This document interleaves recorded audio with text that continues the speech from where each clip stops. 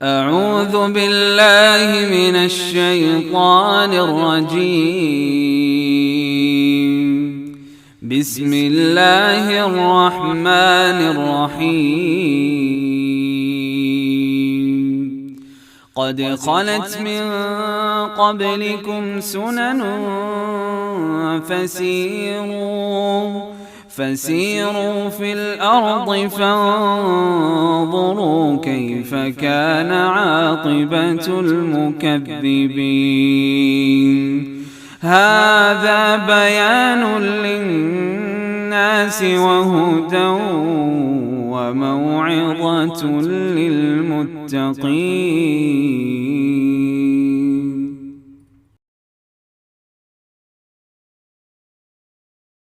أعوذ بالله من السلام علیکم ورحمۃ اللہ وبرکاتہ. نحمدہ ونصلی علی رسولہ الکریم. اما بعد فاعوذ باللہ من الشیطان الرجیم. رب اشرح لی صدری ویسر لی امری واحلل عقدۃ من لسانی یفقہوا قولی. پارہ نمبر 15. اس پارے کا آغاز ایک بڑی خوبصورت صورت کے ساتھ ہوتا ہے، سبحان الذی اسریٰ بعبدہ. اس پارے میں بنیادی طور پر امت مسلمہ کو اصول اور ضوابط سکھائے جا رہے ہیں. ابتدائی آیات میں نبی صلی اللہ علیہ وسلم کے سفر معراج کا ذکر ہے، جو اصل میں آپ کے دل کو تسلی دینے کے لیے بھی تھا، اور آپ کو وہ چیزیں آنکھوں سے دکھائی جانی تھی جس کا آپ نے امت کو بتانا تھا. اور اس سفر کے دوران نبی صلی اللہ علیہ وسلم کو بہت سارے ایسے مناظر دکھائے گئے کہ جس میں کچھ لوگ جنت میں ہیں اور کچھ جہنم میں ہیں، اور وہ عمل آج میں اور آپ اگر اپنے اندر سے نکالنا چاہیں یا وہ کام کرنا چاہیں تو اس کے لیے اس پہ پوری بھرپور ایک آڈیو ہے جو معراج کی حقیقت کے بارے میں، اس سے فائدہ اٹھایا جا سکتا ہے. لیکن اس وقت جو مجھے آپ کو دیکھنا ہے وہ یہ ہے کہ معراج کے موقع پہ 5 نمازیں فرض کی گئیں. ہمارے لیے سوچنے کا مقام ہے کہ کوئی بھی ہمیں گفٹ دے اور جو ہمارا بہت پیارا ہو تو ہم اس تحفے کی کتنی قدر کرتے ہیں. تو کیا واقعی ہم بھی نمازوں کی آج اتنی ہی قدر کرتے ہیں؟ اس کے بعد بنی اسرائیل کی کچھ باتوں کو بیان کر کے امت مسلمہ کو وارن کیا گیا. اللہ کا ضابطہ ماضی کے مسلمانوں کے ساتھ جو تھا وہی آج کے مسلمانوں کے ساتھ ہے کہ تم اپنی کتاب کی طرف رجوع کرو گے، دین پہ عمل کرو گے تو دنیا میں عزت ملے گی. اور جو ہی کسی نے کتاب سے منہ موڑا، اللہ نے ان سے دنیا کی عزت کو بھی پیچھے کر دیا. آیت نمبر 9 سے پتہ چلتا ہے کہ دنیا میں سب سے سیدھی راہ قرآن ہی بتاتا ہے، اور جو اس کے حکموں کے مطابق عمل کر لے پھر اس کے لیے دنیا کی بھی خوشخبری ہیں اور آخرت کی بھی. آیت نمبر 11 سے پتہ چلتا ہے کہ انسان جو ہے وہ بہت جلد باز ہے اور دعاؤں کی قبولیت میں جلدی چاہتا ہے، حالانکہ کچھ دعاؤں کا قبول نہ ہونا انسان کے حق میں بہت بہتر ہوتا ہے. یہ ایسی جیسے کہ بچہ ماں سے کہ مجھے چھری ہی چاہیے اور ابھی ہی چاہیے. ماں کو پتہ ہے چھری سے اس کے ہاتھ کے کٹنے کا اندیشہ ہے، تو لہٰذا انسان دعا کرتا رہے اور اللہ تعالیٰ سے خیر مانگتا رہے. آیت نمبر 13 اور اس سے اگلی چند آیات انسان کو بہت کیئرفل کر دیتی ہیں کہ ہر انسان کی زندگی کی ایک کتاب ہے جو لکھی جا رہی ہے. ہر روز صبح اس کتاب کا ایک صفحہ پلٹ دیا جاتا ہے. ہم جو بولتے ہیں، جو سوچتے ہیں، جو سنتے ہیں، اس میں لکھا جاتا ہے. اینڈ آف دا ڈے وہ پیج پورا ہو جاتا، اگلے دن ایک اور صفحہ کھلتا ہے. پھر ایک دن ایسا آئے گا کہ جب ہماری اس کتاب کا آخری صفحہ پلٹا جائے گا اور وہ ہماری موت کا دن ہوگا، کوئی صبح میں، کوئی دوپہر میں، کوئی شام میں. پھر اس کی کتاب اس سے واپس لے لی جائے گی. ہم مرنے کے بعد کچھ بھی نیکی کر کر کے مرنے والوں کے لیے بھیجنا چاہیں، لیکن کتاب زندگی تو بند ہو گئی. ہاں، نبی صلی اللہ علیہ وسلم کی حدیث کی روشنی میں 3 چیزیں جو مرنے کے بعد بھی فائدہ دیتی ہیں. ایک تو انسان کے اپنے شروع کیے ہوئے صدقہ جاریہ کے کام جو اپنی زندگی میں کرتا تھا، کسی سے کو خیر سکھا دی، کسی کی کو مدد کر دی، کہیں کو درخت لگا دیا، کچھ بھی ایسے کام جس سے ایک انسان دوسروں کو نفع دے تو اس کے بعد بھی اس سے فائدہ ہوگا. پھر دوسری چیز علم کی بات ہے، کسی کو علم سکھایا، علم پہ مدد کی، علم کی نشر و اشاعت پہ خرچ کیا تو یہ بعد میں فائدہ مند ہوگا. اسی طرح تیسری چیز نیک اولاد. اللہ تعالیٰ میں ان تینوں کی فکر لگا دے اور باشعور طریقے سے زندگی بسر کرنے والا بنا دے. آیت 18 اور 19 میں دنیا کے چاہنے والے اور آخرت کے طلبگار کا فرق بتایا گیا. دنیا تو صرف عاجلہ ہے، ابھی فوراً نو، رائٹ نو، ابھی چاہیے، اسی وقت چاہیے، جو چاہے وہ چاہیے. اور یہ تو خواہشوں بھی لوگ مانگنا چاہتے ہیں، لیکن آخرت کے لیے صرف ارادہ نہیں بلکہ کوشش، اور کوشش کے ساتھ اتنی کوشش جتنی کوشش کرنے کا حق ہے. اور ساتھ ہی ساتھ ایمان کی شرط لگا دی، یعنی جنت صرف دعاؤں سے نہیں ملے گی، جنت صرف خواہشوں سے نہیں ملے گی، تمناؤں سے نہیں ملے گی، ورنہ آپ بتائیے کوئی ایک شخص بھی جنت سے باہر جائے گا؟ کس کو تمنا نہیں آج جنت کی؟ کمی کس چیز میں؟ کوششوں میں، اور کوششیں بھی کرتے ہیں لیکن ادھوری۔ آپ جانتے ہیں کہ کوئی کام اگر پورا نہ کیا جائے تو باقی بھی ضائع ہو جاتا ہے جب تک اینڈ تک نہ پہنچے۔ تو بعض دفعاتی کوششیں ہمیں باقی نیکیوں سے بھی محروم کر دیں گی، اور بند مٹھیوں سے جنت نہیں خریدی جا سکتی۔ پوری کوششیں کرنی ہوں گی اپنی حسب توفیق، باقی اللہ تعالیٰ کی رحمت ساتھ مل جائے گی تو جنت ملے گی۔ آیت 22 سے اگلی چند آیات کو آپ کہہ سکتے ہیں کہ یہ جیسے بنی اسرائیل کے 10 کمینڈمنٹس تھے، اسی طرح امت مسلمہ کو تقریباً 15 باتوں کا حکم دیا جا رہا ہے، جس میں سب سے پہلے شرک کی قباحت ہے، پھر اللہ کی بندگی میں آنا ہے۔ والدین کے حقوق کے بارے میں یہ بہت خوبصورت آیات ہے۔ بات کرنے کا طریقہ سکھایا گیا، اف نہ کہو، چھڑکو نہیں، بیٹھنے کا طریقہ سکھایا گیا، واخفض لہما جناح الذل من الرحمہ، اور جو کمی بیشیاں ہو جائیں اس کے لیے دعائیں سکھائی گئیں کہ کو رب ارحمہما کما ربیانی صغیرا۔ پھر اور اس اولاد کی بھی بات کر دی گئی جو پوری کوشش بھی کرتے ہیں ماں باپ کو خوش کرنے کی، نیک بھی بہت ہے، لیکن بعض دفعہ ماں باپ کے کچھ مطالبات دین سے ٹکراتے ہیں یا ماں باپ خوشی نہیں ہوتے، تو کہا کوئی بات نہیں، ربکم اعلم بما فی نفوسکم، اللہ کو پتہ ہے تمہارے دلوں میں کیا ہے، تم صالحین بنے رہو اور اپنی سی پوری کوشش کرتے رہو، اللہ تعالیٰ ان کو خوش کر دے گا۔ آپ دیکھیے کہ ماں باپ ایک ایسی ہستی ہیں کہ جن کے ہم نے مختلف ادوار دیکھے ہوتے ہیں۔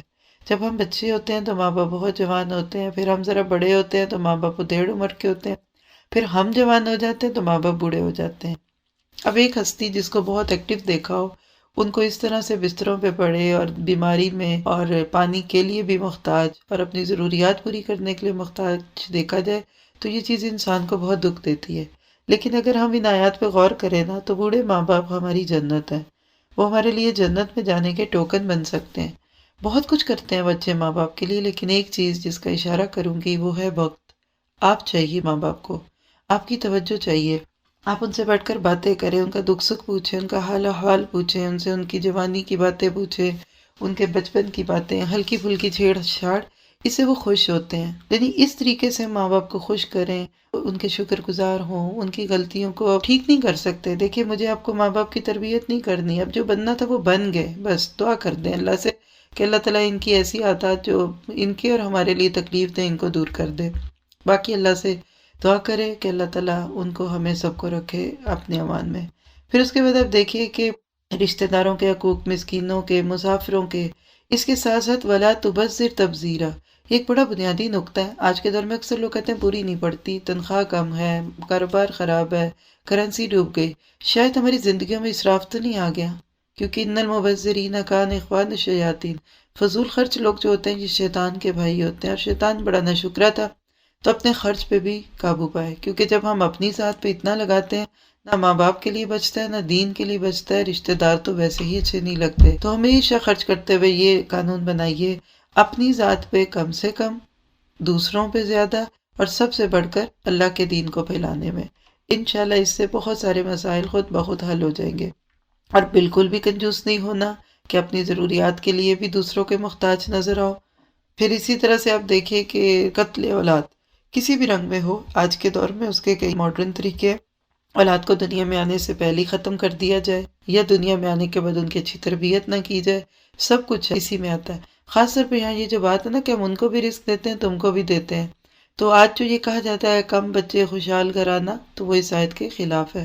ہر بچہ اپنا نصیب لے کر آتا ہے، اور آپ کو کیا پتا کون سا بچہ امام بخاری کی طرح آپ کے لیے صدقہ جاریہ بن جائے، کون سا بچہ جو سلیمان کی طرح آپ کے لیے دنیا کی دولت کا سبب بن جائے، کون سا بچہ آپ کی جنت بن جائے۔ تو کبھی بھی اس معاملے کو اپنے ہاتھ میں نہ لیجئے۔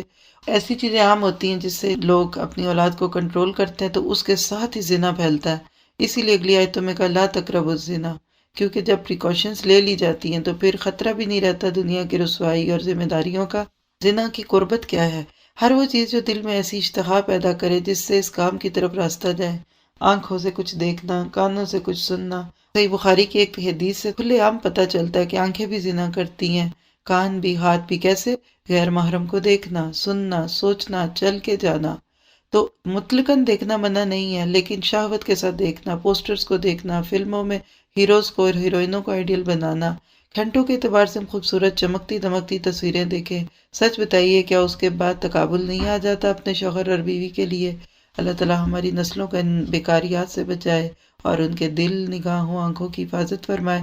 اسی طرح آپ دیکھ رہے ہیں کہ آگے احکامات کی خوبصورتی ہے کہ جس میں قتل نفس سے منع کیا گیا، خودکشی بھی حرام ہے، سوسائڈ بھی حرام ہے، کسی دوسرے کی جان لینا بھی حرام ہے۔ اسلام پیسفل ریلیجن ہے اور وہ پیس کو پروموٹ کرتا ہے۔ پھر اسی طرح یتیم کے مال کے پاس نہیں جانا، ناپ تول میں کمی نہیں کرنی، اور ولا تقف ما لیس لک بہ علم، یہ بھی ایک خوبصورت نقطہ ہے کہ خوبصورت اسلام کیا ہے کہ بے معنی چیزوں کو چھوڑ دو، ان چیزوں کی فکر نہ رکھے لوگ کیا کر رہے ہیں، اس کے گھر کیا ہو رہا ہے، بھائی کے گھر کیا ہے، بھابھی کدھر ہے، بہن کدھر ہے، بس اپنے کام سے کام رکھیے، کیونکہ آنکھوں، کانوں اور دل سب سے سوال ہوگا۔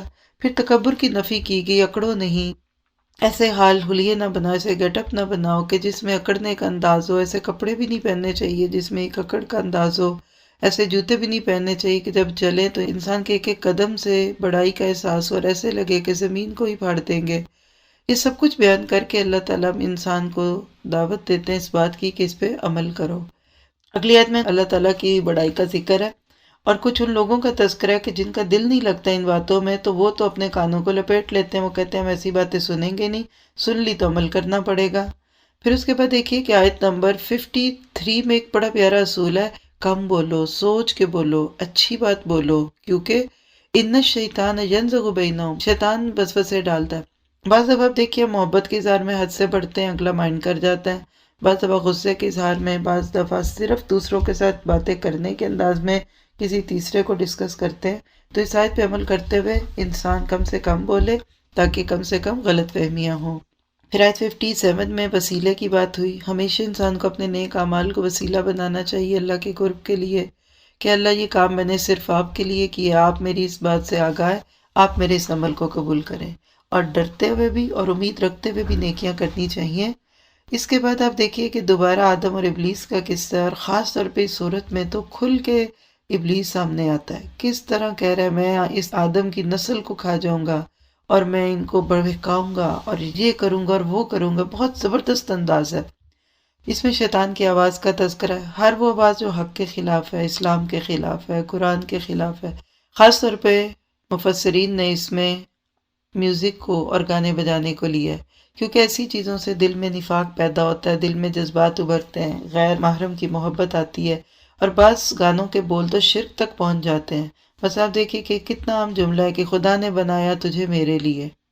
اب یہ گانوں میں کسی بھی طرح گایا جائے، کیا یہ سچ ہے؟ اللہ تعالیٰ تو کچھ اور ہی کہتے ہیں، وَمَا خَلَقْتُ الْجِنَّ وَالْإِنسَ إِلَّا لِيَعْبُدُونَ۔ تو یہ باتیں شرک تک پہنچ جاتی، اس طرح ناممکن باتیں بعض دفعہ ہو رہی ہوتی ہیں، آسمان کے ستارے توڑ لاؤں، تو اس میں جھوٹ بھی ہے، مبالغہ بھی ہے، ایسی تمام چیزیں جو ہے وہ انسان کو اصل مقصد سے ہٹاتی ہیں، انسان قرآن سے دور ہونے لگتا ہے۔ اور حدیث میں آتا ہے کہ جس دل میں گانا ہوگا وہاں نفاق ایسے اگے گا جیسے سبزہ بارش کے بعد اگتا ہے۔ پھر کچھ اور باتوں کے تذکرے کے بعد اللہ سبحانہ تعالیٰ نے بتا دیا کہ آیت 71 میں قیامت کے دن ہر ایک کو اس کے نام اعمال کے ساتھ بلایا جائے گا اور اسی کے مطابق فیصلے ہوں گے۔ پھر آیت نمبر 78 میں اشارتاً نمازوں کے اوقات کا ذکر ہے۔ یہاں ایک بڑا دلچسپ نقطہ ہے کہ ہم تو سیرت اور سنت پڑھے بغیر نمازوں کے نام بھی نہیں پورے جانتے ہیں، اور وقت تو جاننا دور کی بات ہے۔ تو آج جو لوگ حدیث سے قرآن کو کاٹنا چاہتے ہیں، پھر وہ 5 نمازیں قرآن سے ثابت نہیں کر پائیں گے، صرف اشارے مقصود ہیں۔ اور آیت 80 میں اللہ نے سکھا دیا کہ جب کہیں داخل ہو تو یہ دعا کر لو، جب کہیں سے نکلو تو یہ دعا کرو کہ ربی ادخلنی مدخل صدق واخرجنی مخرج صدق واجعل لی من لدنک سلطانا نصیرا۔ اور آیت 81 میں فتح مکہ کے موقع پہ جو آیت نبی صلی اللہ علیہ وسلم کی زبان پہ تھی کہ قل جاء الحق وزهق الباطل، کہہ دیجئے حق آ گیا اور باطل چلا گیا، اور باطل تو جانے ہی والا ہے۔ دعا کریں آج بھی ہم یہ بات کہنے والے بنیں، دنیا میں حق کا غلبہ ہو جائے اور تمام باطل چیزیں دب جائیں۔ آیت 82 میں قرآن کو شفا اور رحمت کہا گیا، لیکن ظالم لوگوں کو اس سے فائدہ نہیں ہوگا کیونکہ ان کو اس کی طلب نہیں ہے۔ آیت 83 میں روح کے بارے میں بتایا کہ روح کا اللہ نے زیادہ علم نہیں دیا انسان کو۔ 3 معنوں میں یہ لفظ استعمال ہوا ہے، ایک تو قرآن کے معنوں میں، ایک جبرائیل کے معنوں میں، اور تیسرا جو ہمارے جسم کی روح ہے۔ تینوں کے بارے میں بہت زیادہ انسان کو نہیں بتایا گیا، اور آیت نمبر 88 میں بتا دیا کہ کوئی اس پیاری کتاب کا مقابلہ کرنا چاہے تو اوپن چیلنج ہے، لے آئے سب کو، اور کوئی ایسی چیز بنا کے دکھائے اور وہ ہرگز نہیں بنا سکیں گے۔ اس کے بعد مکہ والوں کے کچھ مطالبوں کا تذکرہ ہے، کیونکہ ہدایت کی طلب نہیں تھی تو بہانے کرتے تھے، کبھی کہتے چشمے نکل آئیں، کبھی کہتے تھے پہاڑ سونے کے بن جائیں۔ اللہ تعالیٰ کہتے ہیں ان کو بھی طلب نہیں ہے، جیسے کہ بچے کو بھوک نہ ہونا تو ماں جو مرضی کر لے، وہ بہانے پہ بہانے ہی کرتا ہے۔ تو دعا کیجئے کہ اللہ تعالیٰ ہدایت کی طلب لگا دے۔ اور پھر سورت کی آخری آیت میں اللہ تعالیٰ نے عزت کا نسخہ بتا دیا کہ اللہ کی بڑائیاں بیان کرو اور اس دنیا میں چھوٹے بن کے رہو اور اللہ کے نام کو پھیلانے کی کوششیں کر لو۔ سورت کہف بڑی خوبصورت سورت ہے، ہر جمعے کو پڑھنے کا حکم ہے۔ اسی طرح فتنہ دجال کے آگے بند بھی ہیں یہ سورت، خاص طور پہ اس کی ابتدائی 10 آیتیں، کہیں آخری 10 آیتوں کا بھی تذکرہ ہے۔ آخر کیوں؟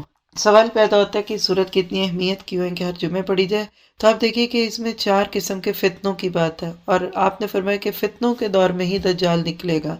آج کے دور میں اور آپ دیکھیں تو ایسے ہی نظر آتا ہے۔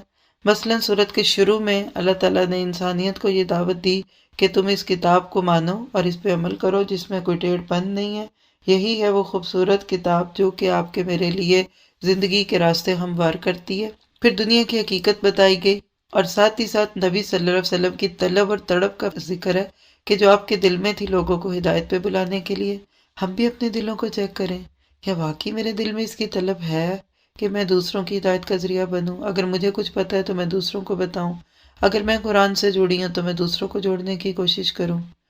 اور ایک اصول لکھ لیجیے اپنے لیے کہ دوسروں کی ہدایت کی فکر نہ ہونا اس بات کی دلیل ہے کہ ہماری اپنی ہدایت بھی پوری نہیں ہے۔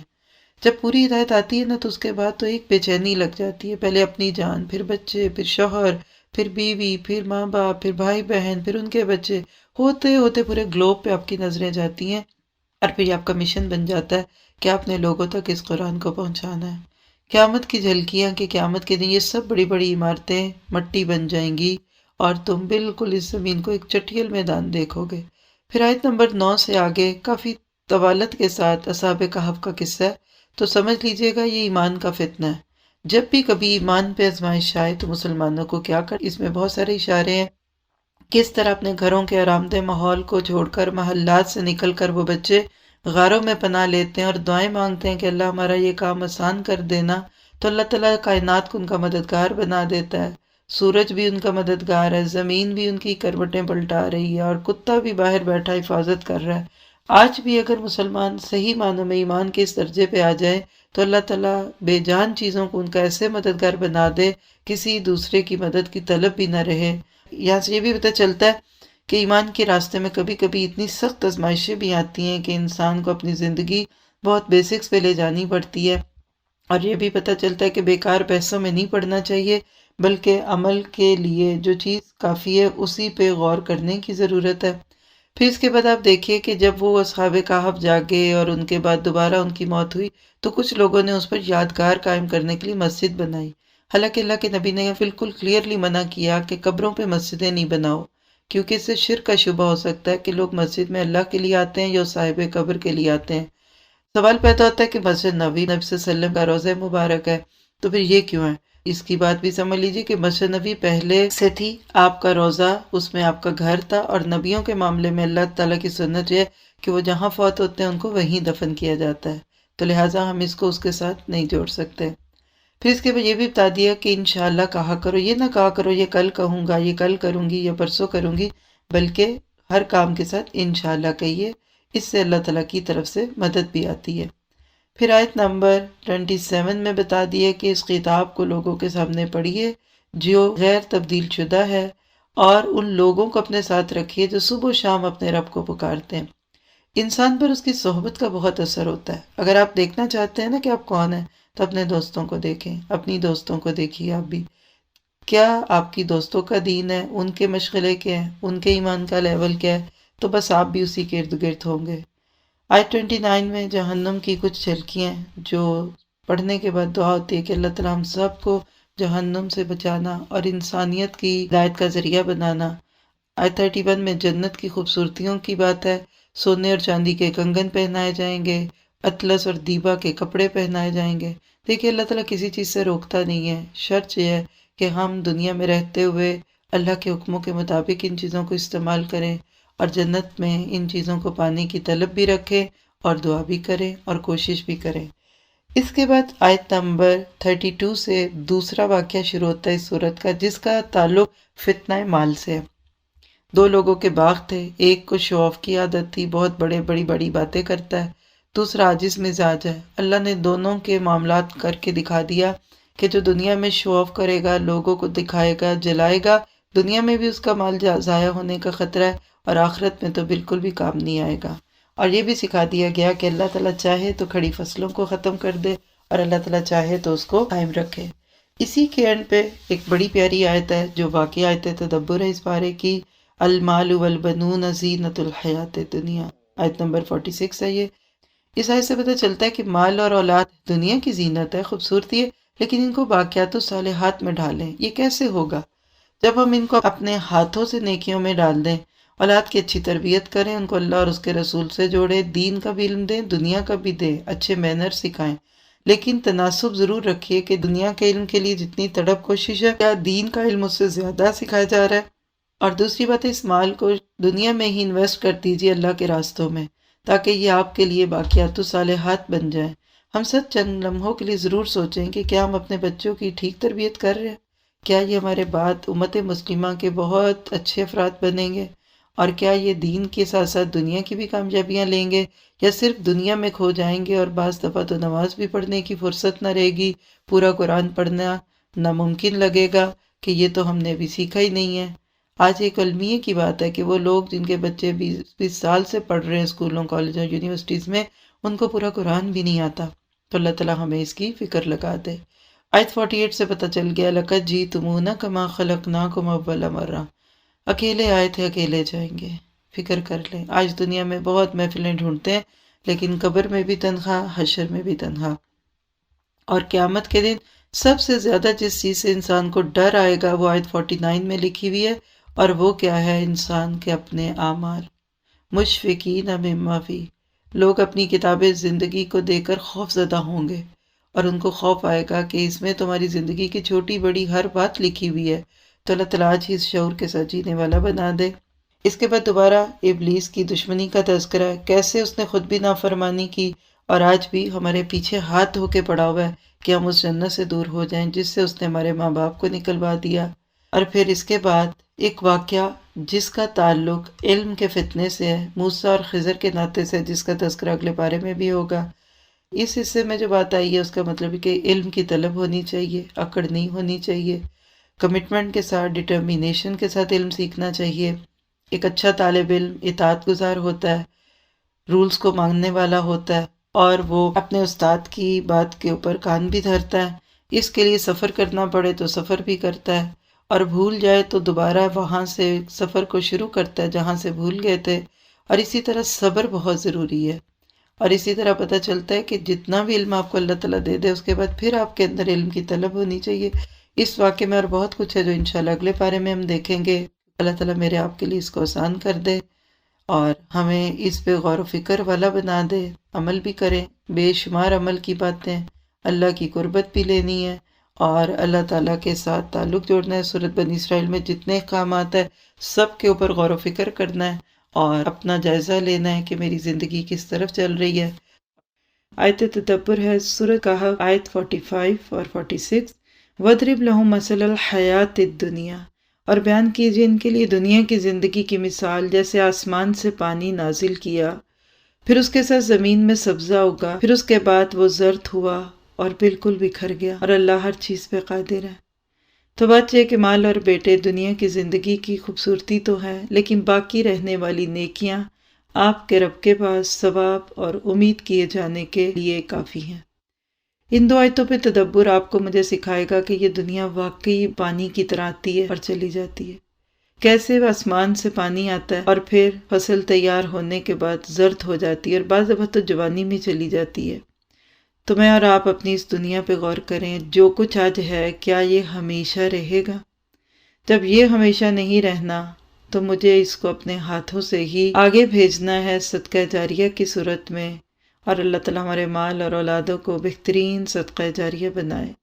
سبحانک اللہم و بحمدک، اشہد ان لا الہ الا انت، استغفرک و اتوب الیک۔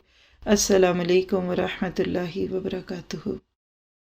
أعوذ بالله من الشيطان الرجيم. بسم الله الرحمن الرحيم. قد خلت من قبلكم سنن فسيروا في الأرض فانظروا كيف كان عاقبة المكذبين. هذا بيان للناس وهدى وموعظة للمتقين.